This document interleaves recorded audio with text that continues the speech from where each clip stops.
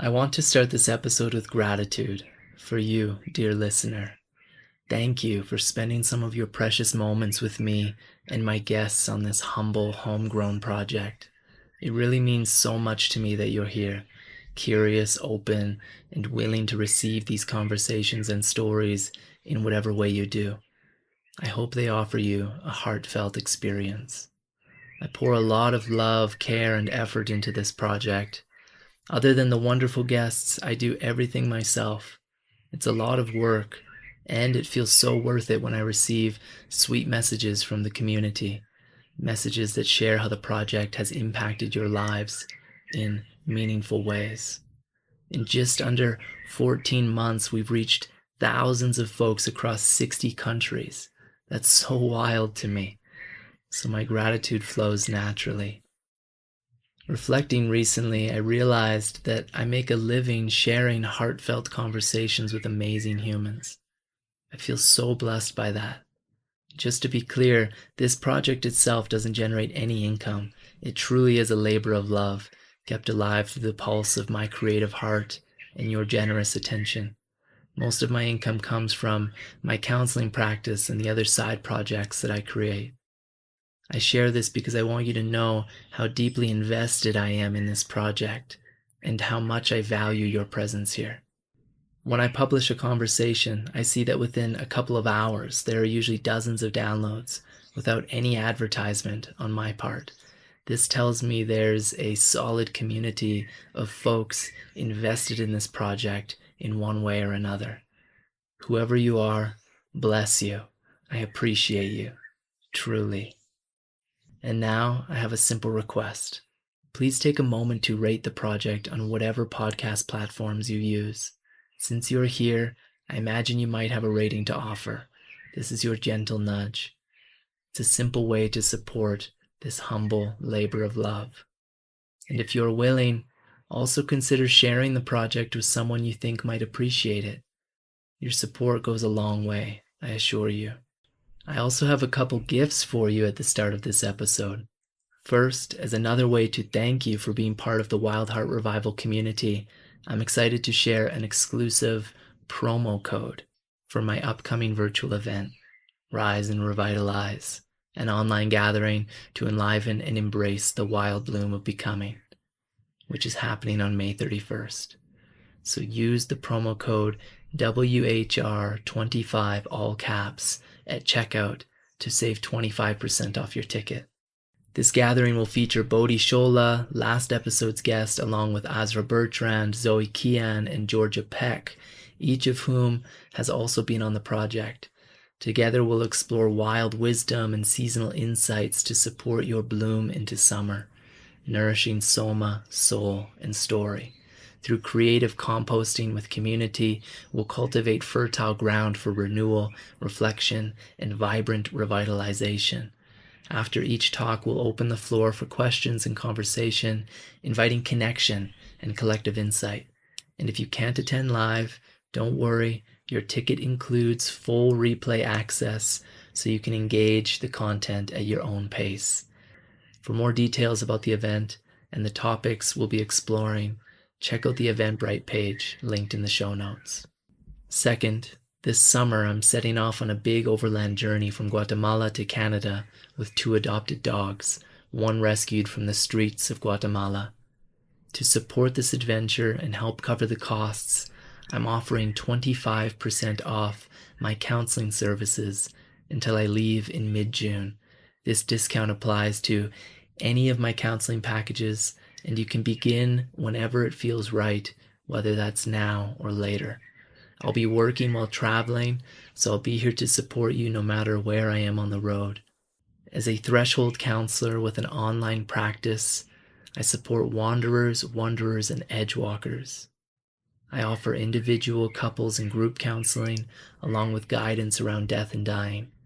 If you're curious to learn more, you can visit my website, linked in the show notes, for in-depth details. I've also included a link to an Instagram post on my Coyote Council page, which features testimonials from past and current clients. Through those testimonials, you can get a sense of the impact of this work. I offer free insight calls, risk-free opportunities where we can connect, explore our alignment, and see if we're a good fit to walk alongside each other through a pivotal chapter of your life. Thank you so much for being here. Now, let's dive into today's conversation.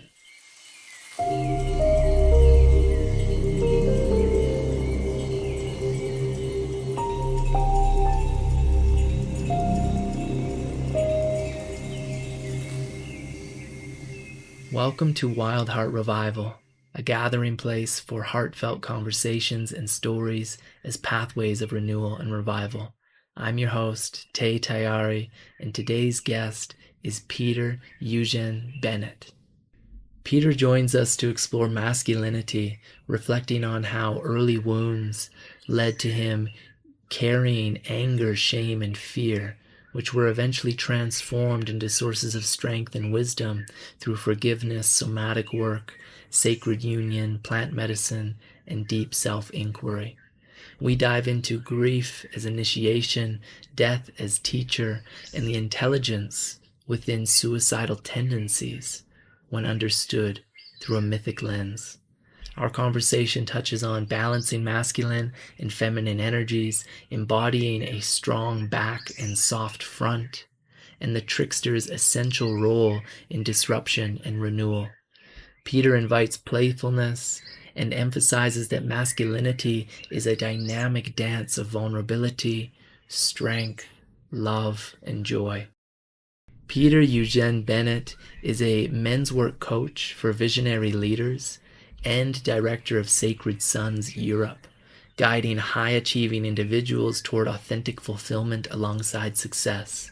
His journey spans from MTV presenter and BBC producer to facilitator of transformational men's work across Europe, Africa, and the Amazon. Born in London, raised in Bangladesh, and educated in Glastonbury, Peter blends his anthropological background with ancient wisdom and modern leadership challenges. Based in Sintra, Portugal, he created the Soul Alignment Program to help leaders move beyond the golden handcuffs of conventional success through retreats, presence practices, and authentic brotherhood. Peter's work centers on the question, what becomes possible when we bring full presence to both achievement and relationship, helping visionary leaders embody success with deep connection to themselves and others. Now, let's reconnect with the soul of masculinity through grief, play, and the alchemy of becoming with our dear guest, Peter Eugène Bennett. I thought that it would be nice to nurture some roots at the beginning here. I'm very curious to know a bit about what it was like growing up for you, and particularly your experience with masculinity, if there was any kind of modeling that was significant, either for, in a more idealistic way or the opposite end of the spectrum. I want to orient at the beginning here to tending the roots. So let us know what feels important here today to express around your upbringing. Thank you for the invitation, brother. It's a funny one because I have an origin story that I tend to share, and it only came through about 5 years ago, that even before I was born, my father had 5 best friends, all with the name Peter. And when I was born, he decided to name me after his best friends. And 5 years ago, a friend of mine reflected that was my first ever men's circle. I was in some ways born to do this work. And yeah, my father very much has been the model of masculinity all my life, all its gold and all its lead, and has led me to alchemize a lot of that father wound. So born in London, raised in Bangladesh. My father was an engineer, so we grew up in different parts of the world, working with water. Actually, my father's a specialist in irrigation, which I find now in this lifetime quite significant, because I would sense that my father has more fire in him than water. So I was raised with quite a fiery father figure, a man who would use his anger and his rage to glean, to get discipline, to get what he wanted. And so as a young man, the youngest in my family, I have an older sister, I often felt that I was at the other side of that fire, a little bit burned, a little bit singed by his expression. And interestingly, talking about masculinity, I, in my early 30s, started working with plant medicine from Africa, my motherland, actually. My mother's from Ethiopia, my father's from British Guyana. And I went to Gabon to work with Iboga. Oh, ooh, yeah. Strong medicine, bro. I've heard. Yeah.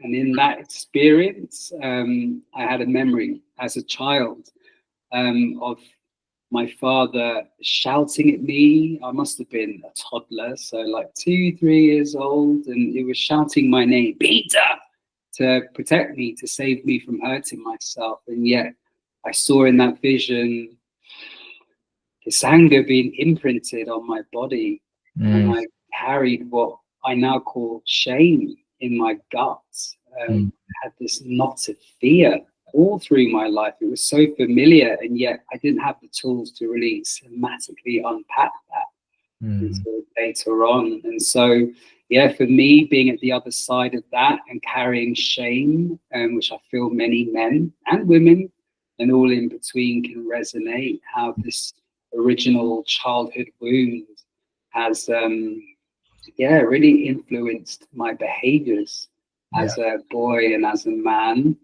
And so the anger was something that I too carried. It was often more passive aggressive, unspoken, the shadow warrior in some ways, and a warrior too, carrying the fear of my mother and her trying to protect me. I can imagine that many men and many women too can resonate with that wound of a mother who struggles even finding herself in that role, maybe losing herself in the mother role. So the father, the mother, the masculine and the feminine was modeled to me in so many diverse ways that I can really have gratitude and forgiveness today. Or if it wasn't due to those wounds, the ancestral wounds that my parents carried too, I wouldn't have the opportunity to break that cycle today. Oh, thank you for sharing all that, man. I could feel a resonance through a lot of what you were sharing in my own experience growing up. The fire that was, but I grew up with a stepfather, and so the fire was intense and hot, and there was this extra disconnect in that relationship because he didn't come into my life till I was 7 years old, and he used his fire very dramatically. Very dramatically. And yeah, that I'm so glad you spoke to that imprint. That was a important framing, I think, because that's definitely what I've noticed throughout my life is like a signature or something, a signature in my energy body, but that actually infused into like my tissue and my bones and everything. And that's what it felt like when I was a young man, really coming to terms with the depth of shame and pain that was there. That felt like I was soaked all the way through. And for me at that time, I felt like there's just no fucking way that I'm going to be able to rid myself of this, you know? And of course, over time, with enough luck and grit and care, I realized it's not anything that you rid yourself of. You know, it's something that you you turn toward, you wrap up with the love that was missing. And it's that love and that care and that persistence that slowly begins to transform that signature into something that can actually be used for good. Yeah. Yeah. Aho, Ashe, Amen, bro. It's the integration that really rings true in my journey, the alchemy of that lead into gold. And there's so many tools, and I can sense that you're a man of magic too. You wield your power in a responsible way. And yeah, it was the somatics, it was the men's work, it was the plant medicine, it was the sacred union, all these different expressions of just deep diving, I guess, self-inquiry that led me to, yeah, recognizing that I'd integrated that little boy and I love him so much. Yeah. Because the shame, an early function of the shame before you really begin to alchemize it is this distaste, this kind of, for me, it was like a hatred of the little boy, because that's kind of what I was shown, that I wasn't worthy of love. And so then the opposite of that is hate. And so then I grew up like I remember moments of like hating myself, which is so crazy, man. Like actually like hating myself, which of course for me eventually led to a moment of, well, there was many moments, but it really pinnacled at a moment of being incredibly suicidal to the point where I was quite certain I was going to end my life because I couldn't see a way out at all. Again, just the grace of God and goodness and luck and some deep seated unknowable sense of devotion allowed me to move through that. I'm reminded right now, you must know about Thomas More. Recognize the name for sure. Yeah, he wrote The King, the Warrior, the Magician, the Lover. But he also wrote this book, Care of the Soul, which I think is his opus magnus. I am recommending it to everyone. And he relates an ancient Greek myth, among many others, throughout that book. But it's the one of the Minotaur that lives at the center of the, what's the name of that? Not Labyrinth. At the center of the labyrinth. The name of the Minotaur is Asterion, which means star. And so the flesh-eating, bull-headed man monster that lives at the center of the labyrinth that is our soul is also made of the light that awakens us to who we're meant to be. Wow. And it's that, man. I couldn't have put words like that to it at that time, but it was that, I guess, that sense of like, no, it's scary at the center. And I fear to go there because I know that flesh-eating monster is there. But maybe the flesh needs to be eaten away. Maybe there needs to be a death. So it's like the suicidal tendencies were actually right on. It's just that my immature, uninitiated, unsupported psyche was like, well, that means I have to actually end my life. But really the deeper current was like, no, I need to die unto myself. These old parts of myself need to die over and over again so that I can actually become who I'm here to become. Yeah. Beautiful, bro. It's the grief portal. Yeah. That so many in, let's say, the West, in the modern world, avoid. Rightly so. It's painful. It hurts, and yet it's a rite of passage. It's an initiation, and that's something that's really missing today. Is that boy to a man to an elder? That grief and dying to ourselves invites us to deepen into. And yeah, thank you for sharing, bro. That vulnerability around suicidal tendencies really rings true for me too. Having lost my cousin to suicide at 14, a man that I put on a pedestal.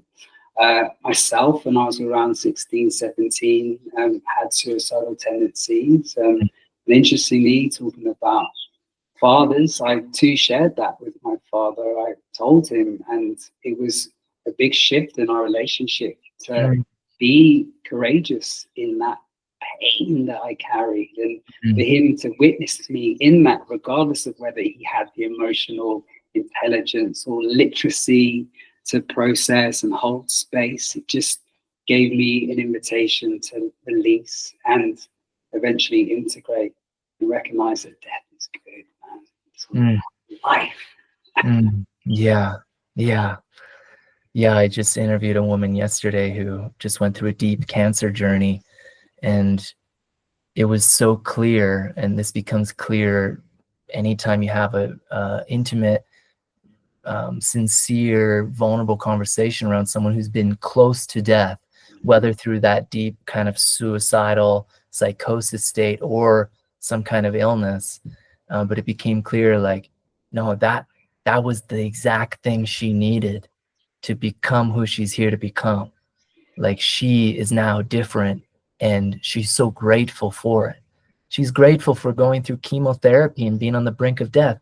Like, that's so wild. So to me, it shows that there's a deep part of the psyche, there's a deep aspect of the soul that needs to be awakened through that kind of death portal, the grief portal, like you're saying. But the thing with grief is it hurts and it's painful.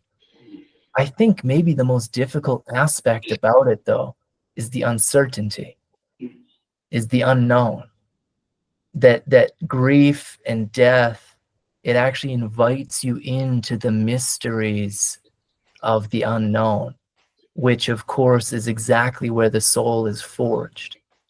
So it's like this essential function in the becoming process is the scariest thing to go through as a human. Preach. I feel you. I hear you. I'm going through my own death at the moment, and I resonate due to the work that I've been doing these past 5 years, more or less exclusively with men. Yeah. And so many have a variety of challenges. I like to say challenges as opposed to problem, right? Because it's for us, not against us. And what I've sensed in this overall overarching archetype is that sense of not being enough, right? The masculine feels unworthy and constantly seeking approval and validation. And those who are lost, right? Even if it's like they've achieved, they have success in their life, it can feel empty. They've sacrificed their relationships to themselves, their loved ones, right? Often chasing a dream, putting off plans for tomorrow that never comes. And just like that death portal, I realized after sacrificing so much that it was necessary, that I had to go through that so that I could be who I am today. And what I really hear in what you're saying, brother, is that on the other side of all of this is purpose, right? On the other side of this is service, and how to show up authentically and really make the most of every moment. Like, I call it soul alignment, where it just feels like flow and form. This everything clicks into place, and it's a beautiful space to navigate, especially when I'm going through hardships, because I know that at the other side of that is another mountain peak, right? Another beautiful view of all that I've traveled and all that unknown, right? The great beyond. And I sense that's something that you're very familiar with, being a grief walker as much as an edge walker too. Yeah. When I was growing up, there were quite a few young, well, I guess we were kids at that age, really, young men, young women too, but it was mostly young men who killed themselves. I just heard of this man too that got relayed to me. He's from Australia, Melbourne, and he's had 17 of his friends kill themselves over his lifetime. And so this isn't just philosophical. This is like the most real thing to be discussing. This drive that's very clearly, obviously happening in men. This drive to die. But the misdirection, the misguidance, the lack of infrastructure, the lack of understanding, the lack of elders who hold that sacred infrastructure and understanding to facilitate a good death. Not to say that taking your life isn't a good death. Like I'm not one to say, what someone, right? That if that's their path, okay. And there is a part of me that senses like it doesn't have to be that way, that the drive to die is important, but it doesn't have to be the actual physical, And so I'm just like wondering how you're seeing that show up in the work that you're doing with men. What's the question? Just this shit, because you mentioned being of service, and Jung talked about individuation, and pop psychology has like twisted it in this way to where the healthy person and healthy man is the one who can like take care of themselves and like is well adjusted and is like balanced day to day and can show up for people, but is really just tending to themselves well. And as far as I understand, the individuation process isn't actually about that. It's not about being balanced in your interiority. That there's actually a sacredness to what Jung would talk about as being like a psychosis. But what is happening there is the deep interiority is being churned and it's being rearranged for a purpose. And that purpose is that alchemization we've been talking about that then has to be redirected outward. So it's like, yeah, work on yourself. Yes, for sure.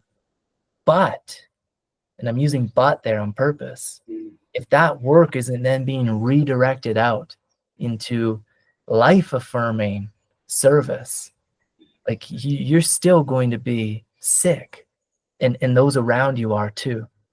So the dying into yourself is also a birthing of the outward service-oriented man.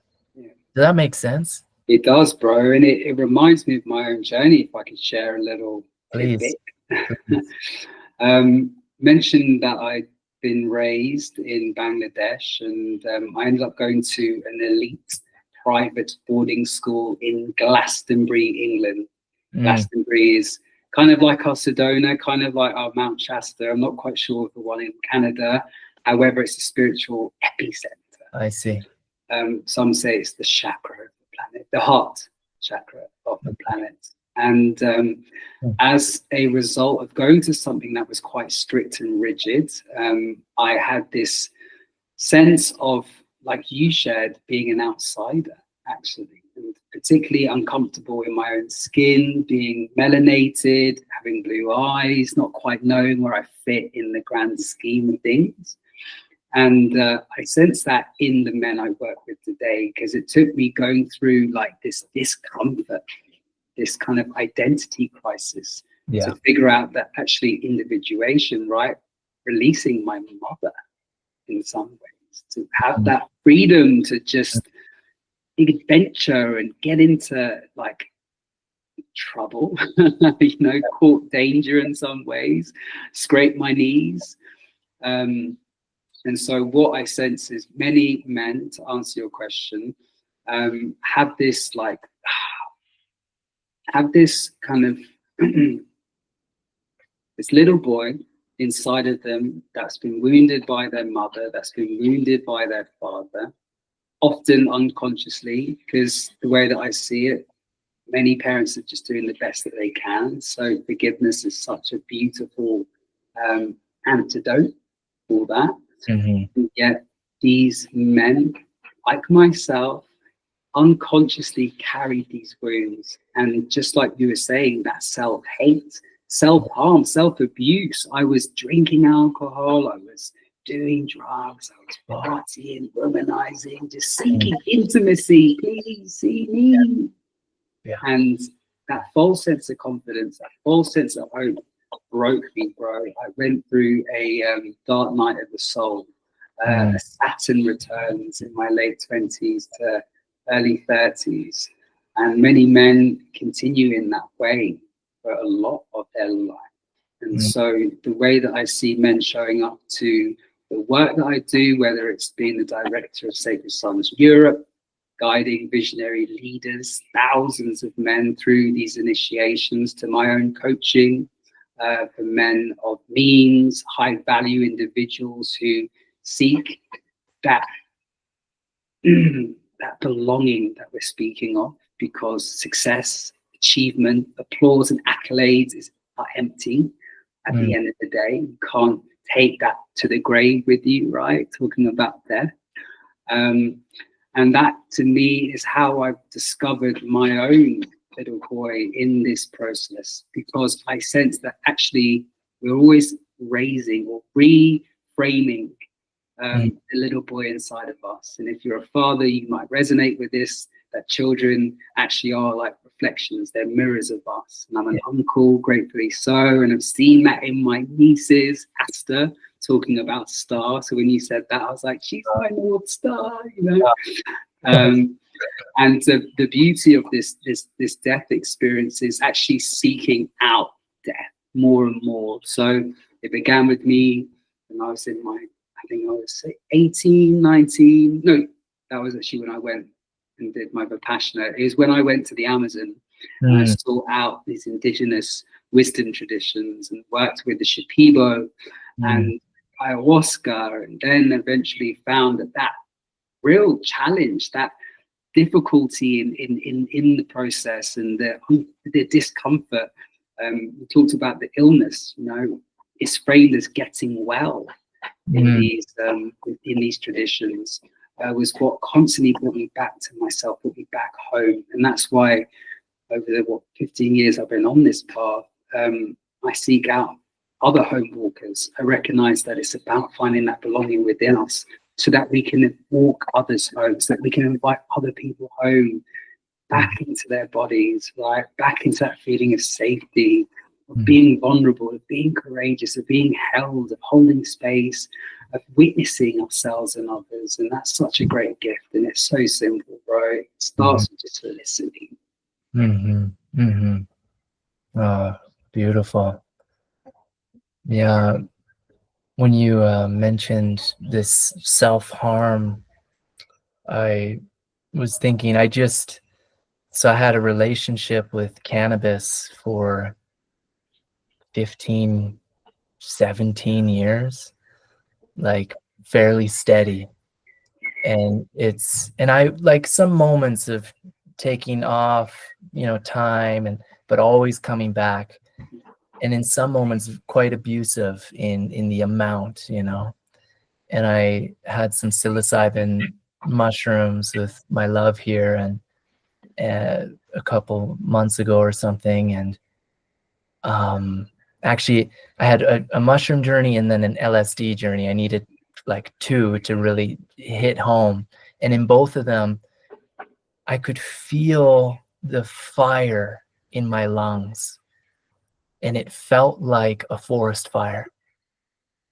And I realized, and it was really painful and emotional and beautiful, I realized like, oh, the forest fires that are brushing across the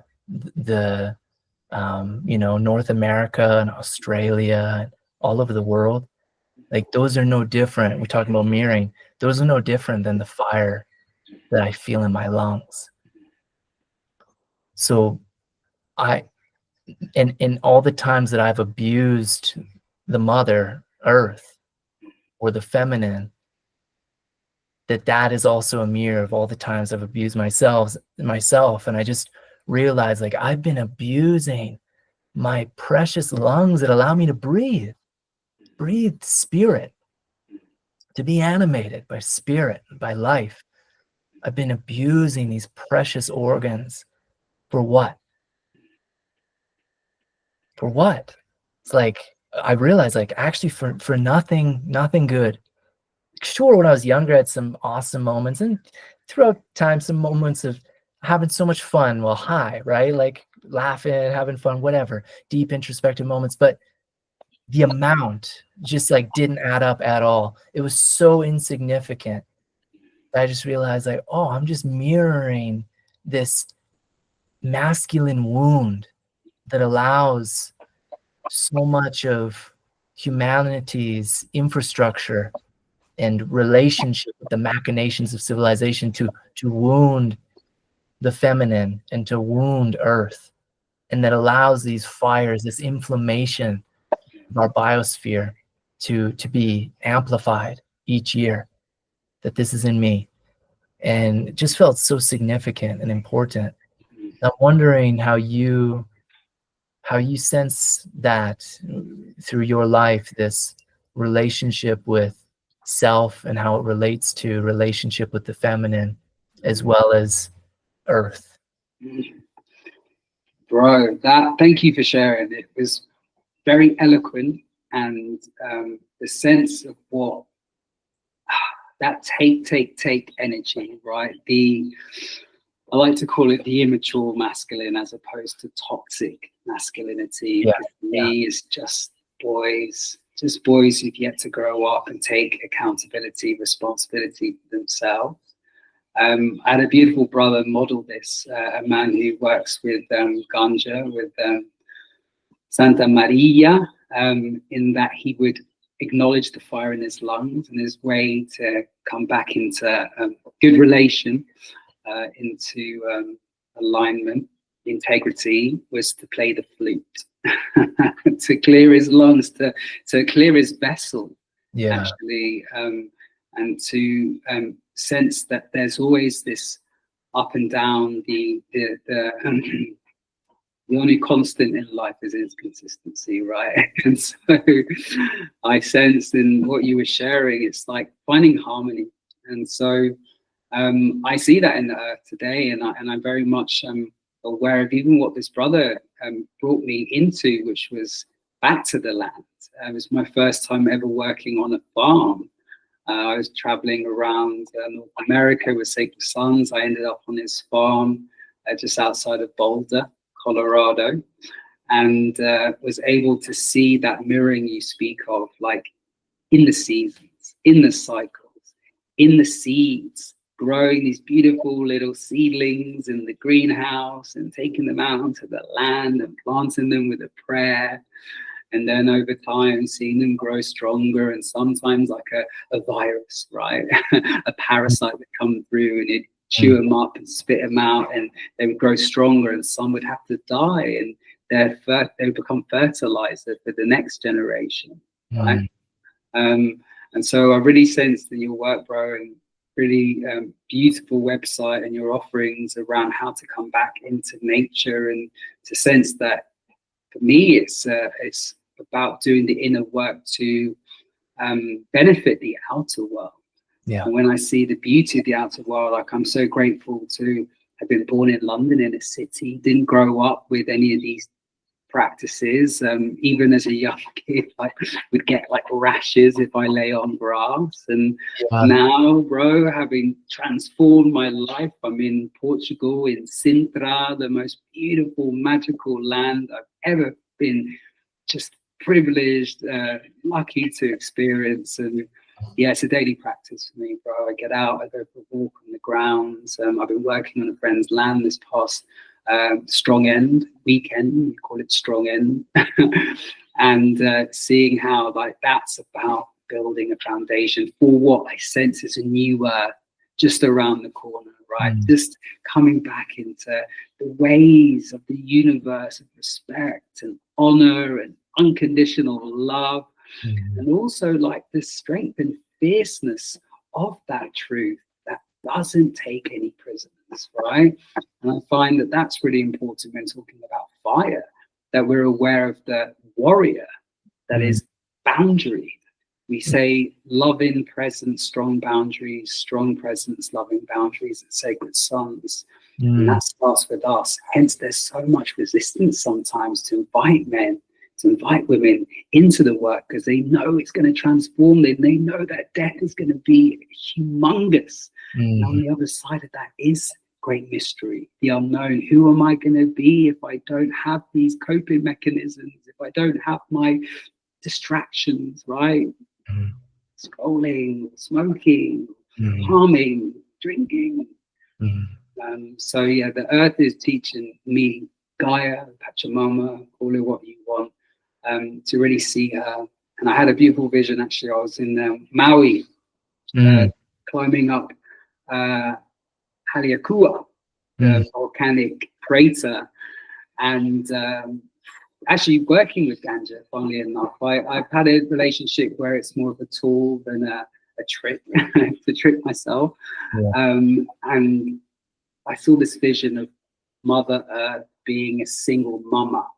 She was carrying her babies on her hips and just doing the damn thing, like just so strong and independent, and just would give the clothes off her back for her children, for us. And this constant sacrifice, this constant just give.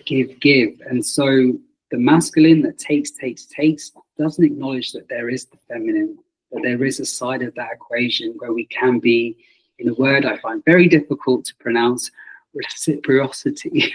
Reciprocity, is that correct? Reciprocity. Yeah. Good relations. It's all about coming back into good relations. That's right. Oh, so much richness in that share, man. I was reminded about Renee Brown talks about the importance of having a strong back and a soft front. And in the work I do with folks and in my own life, I emphasize the importance of being in like real reciprocal relationship with earthly flows and forces. And there's a whole spectrum of that, right? Like just walking in the woods, sitting by the river, meditative experience, just cultivating simple, wholesome, sweet relationship, but then also working with the earth. There's this aspect of psychology that's kind of new and emerging, interestingly, that's called eco-psychology. And the fact that that's not just like a fundament of psychology is beyond me, but one of the main pillars of eco-psychology could basically be summed up as, if you're not restoring Earth, then you're probably not going to be able to restore yourself. That your vitality is inherently intertwined with the vitality of Earth. And of course, deep ecology also talks about this, Charles Eisenstein, and I'm forgetting the originator of this word, but the sense of interbeing, that your beingness is non-existent without the beingness of the myriad others that make up this earthly matrix.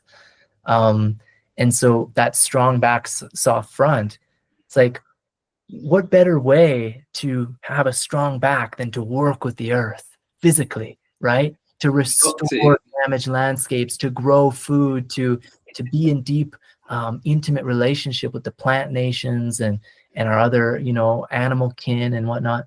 But then at the same rate as you're strengthening your back through that work, through that grit, you can't help but soften your front. Because as you deepen into relationship with more than human kin, your heart opens. Because as you connect with the heart of the world, or the soul of the world, you then deepen in your own heart. Your soul expands naturally. That's how it's meant to be. It's how it's always been. So yeah, so important. There's so many more thoughts, but Can I add one piece to this just quickly? What comes through is treading lightly. Yeah. Throughout Earth, and there's that beautiful story in the ancient Egyptian Book of the Dead of Anubis. deity, the god of the underground, the underworld, when at the end of this life, this earth walk, should I say, our heart and a feather will be weighed, and our good deeds will be judged against our bad deeds, right? Mm-hmm. And so I always sense that there's something in the heart that feels very much around intention for me, that it's all about intention. We're in a very interesting, right, stage of humanity, history, her story, where there's so much confusion and chaos, and yeah, the whole idea of cancel culture and being outraged at what is said, and words being taken out of context, right? Misinformation, fake news. As someone who works in media, I was a presenter and a journalist for like BBC to MTV. I saw that from the inside out. And now what I'm acknowledging is that intention is important, because that's where it starts, to be in the heart, because the journey from the head to the heart is one of the longest we may ever embark. Matched with what I sense is more of the feminine, that feather, intuition, right? And that's the listening. And I sense that in you, bro. You're such a good listener. You're in nature often. You're bringing your brothers and sisters, the people you work with, back to what matters most. And that's deep listening, really hearing and seeing what it is that's unfolding before us, because it's just a mirror for what's within us. So I always speak to the intuition, the intention, and how that in itself can be the greatest guide, the greatest mentor we could ever enjoy. Absolutely agreed, man. I appreciate the clarity and depth of the way in which you speak, and I just noticed myself go off in like a million different like exciting threads. So that means that I'm really enjoying and engaged in the conversation. And one sec, how about slowing down? How much of a good lesson is nature teaching us when it's like, yo, modern world, pump the brakes, smell the roses, right? Yeah. No, I think it's necessary. I just don't think there's because, and this connects to what I was going to say. I had Bayo Komalafe on as the first episode of this project, and he talks about needing a politics of tenderness in these times. And of course, that has so much to do with the heart's capacity to feel, and for the heart to truly feel, and for you to deepen into the ancient art of feeling and being led by your feeling, you need to slow down. There's no other way. And so there's that.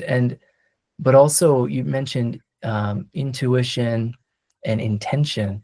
And I just want to throw out there as a reminder to all of us, and an inquiry, that I personally think that your intention and your intuition isn't just yours, that you're to even have intentions that are truly life affirming and life clarifying, it needs to be, I think it needs to emerge through a deepened relationship with the wild world.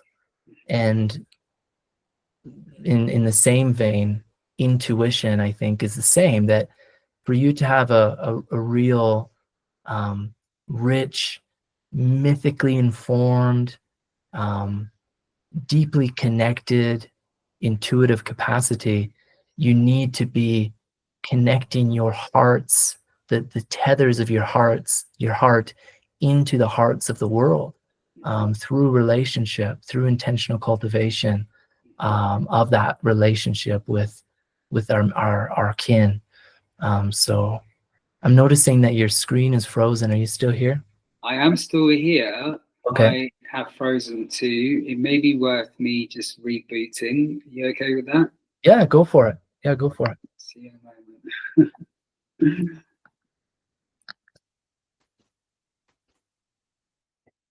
So he's rebooting. And rather than me take the time to edit that out, I guess I'll just speak to all of you. I hope you're doing okay. I hope that you're nourishing and nurturing yourself and those around you, and that you're opening to be receptive, welcoming to the love and care that is hopefully around you, and that you're slowing down as we're talking about in this conversation, taking some time to simply just steep in the beingness, to just bear witness and appreciate the aliveness of your being, and the special gift of this life, even the challenge and the difficulty, the pain. I pray that you can, in your own time, see the gifts in it, and learn the incredible art of gratitude, to learn how to be grateful even before it's clear what you're supposed to be grateful for. This is something that I think is so important, and that takes a lot of time and trial and error to cultivate. But really, there's so much to be grateful for in this life, even in the face of just immense challenge and uncertainty, and so much confusion and chaos in this world, so much injustice. There's still so much to be grateful for. The fact that you can feel, oh, here he is again. Hey, Peter, your video isn't online yet. Oh, there we go. I was just, rather than editing out that, I just decided to talk to the listeners, and I was just in the middle of, I'll finish it. I was just saying, I was talking about gratitude, the importance of cultivating gratitude even when it's not clear that there's something to be grateful for, and amidst the chaos and confusion of these times, that it's so important. I was just mentioning right at the end there, to tie it up, the fact that you can even feel that uncertainty and the complex emotions that arise when you look out into the world and all the injustices and craziness. That capacity is what I'm speaking to. Like, that capacity is fucking sacred and incredible. Like, sure, it can feel overwhelming, but that's your opportunity and invitation to just humble yourself and slow down and sink in to the layers of that, and like slowly and tenderly and sweetly, hopefully, cultivate the discernment that you're being offered right now. Like the fear and the pain and all these things that you're feeling, like, that's your invitation to cultivate real discernment that's actually going to allow you to cultivate deeper meaning and connection in your life. So just wanted to tie that up. Beautiful. Do you have anything to say on that? Well, yeah, it feels like you mentioned Young earlier. The archetype of the magician is very much for me about discernment. I have my lover, my little boy, who's online, although he's not always in the driver's seat. I've got the warrior who can serve with the sword of truth and also has to slay his own demons, right? Mm-hmm. And that's boundaries. And yet this magician is about discernment, is about acknowledging that these challenges are for me. They're not against me. And I've learned that in so many ways, and it deepens every day, to the point where even just now before this call, went through a deep process with my beloved and acknowledged that all of these charges, right, that maybe we hadn't quite shared, right, unspoken annoyances, were little glimmers, little glimpses into how to come back into deeper relation, into deeper intimacy.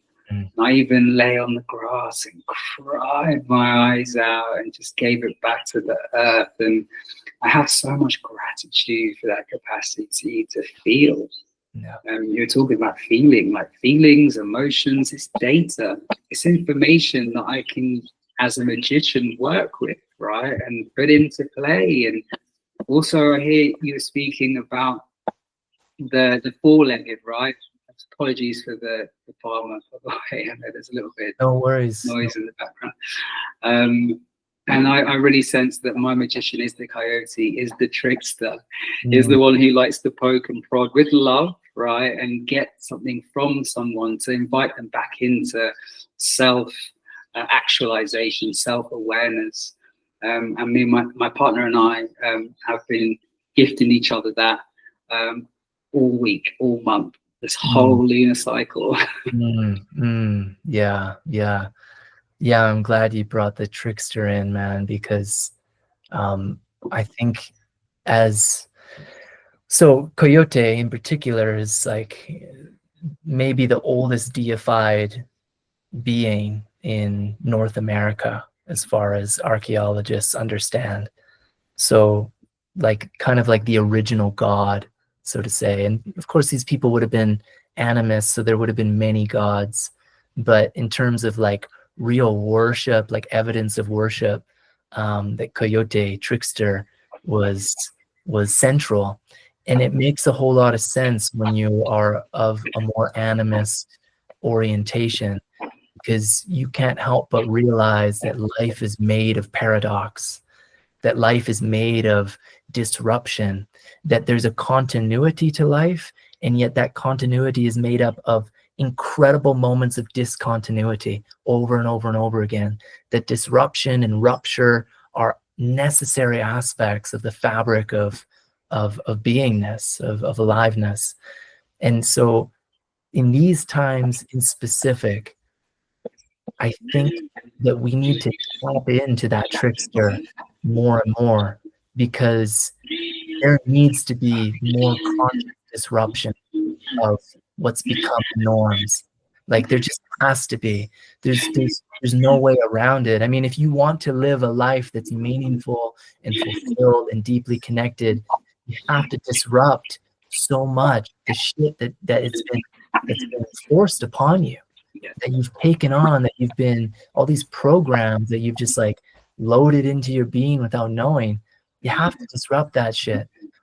So I wonder what you have to say about that, how Trickster's showing up in your life these days, how disruption and rupture are essential nutrients. Yeah. Bro, right now with the disruption of the noise outside and just feeling like, oh, shush.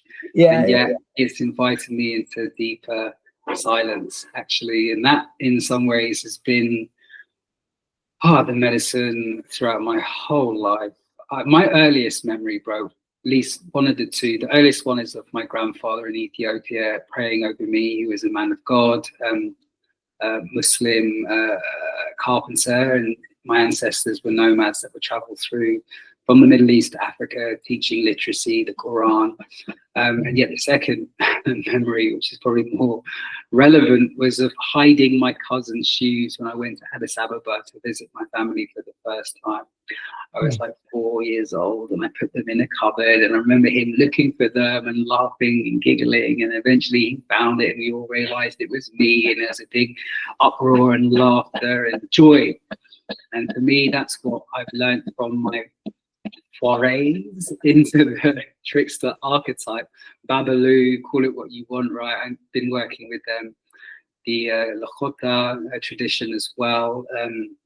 I've forgot the name, it escapes me now. However, they too have the trickster, and the idea that it's the pattern breaker, like you're saying, the disruptor. And early, maybe not so much early, more like present memory was going to Gabon. Again, my initiation with the Bawiti, the peoples of that land. And the first night of the ceremony, having lived in the bush for 2 weeks already, no running water, no electricity, mosquitoes are plenty, having to take malaria medication. And then when I stepped into this container, I had to take all my modern regalia away. No watch, no toothbrush, no medication. So I was in this room alone the night I first sat with the medicine. And I remember laying there like so hot, so uncomfortable. Fire ants were crawling down the wall. They had to throw petrol onto it. And so there's this stench of like gasoline in the air, and I was just there in the middle of nowhere, legitimately freaked out, because if anything was to happen, I would be at a loss. I didn't have a phone, I didn't have connection to the outside world. No one knew address wise where I was. They just knew I was in Gabon. And I remember being so scared that I started laughing, and it was like, that's the Trickster is pushing me to my edge, so that I can acknowledge that this is a beautiful experience. Even though it really tested me, it strengthened my resolve. And I now love to share that story. And I remember at the time being like, this is going to be a good story one day. I'm going to tell Tay on a podcast, you know. Beautiful. Yeah, man. And it's in the edges where the most creative capacity exists. And the Trickster, of course, is an edgewalker that's always walking between worlds and inviting people to also at least contemplate that liminal space and what might be beyond, because that elicits creativity. It generates the capacity to create anew. And so you are invited into that. And through laughter, what better way than through humor? Because that breaks down the rigidity of seriousness in our lives. And just one more thought there. You mentioned that one of your earliest memories was kind of a trickster moment.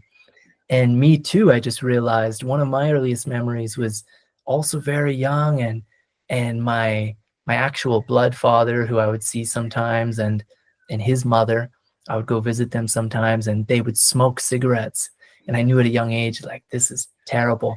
And so I would go when they weren't looking, and I would grab their cigarettes and I would rip them up in the garden and bury them. And then they'd be like, where are my cigarettes? Tay, what did you do with the, and I would always be like, I don't know, I didn't do anything. So I'm realizing that it's actually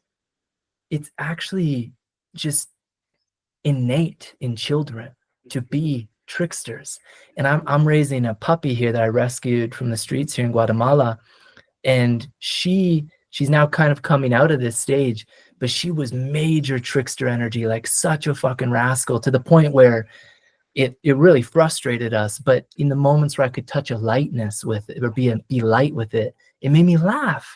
She'd make me laugh at how ridiculous she would be, all the stupid things she would do that would disrupt my sense of like orderliness, disrupt my sense of structure, that she would just like dismantle that. And children do that, of course. And so there's this childlike quality that the Trickster holds that I think is also so important for these times. So thank you for that realization.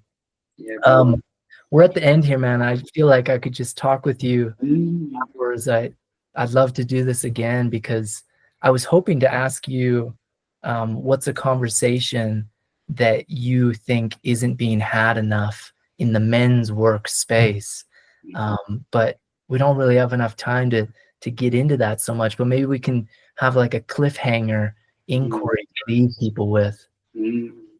Well, piggybacking off the Trickster and play is how I see it, that innocence of the child.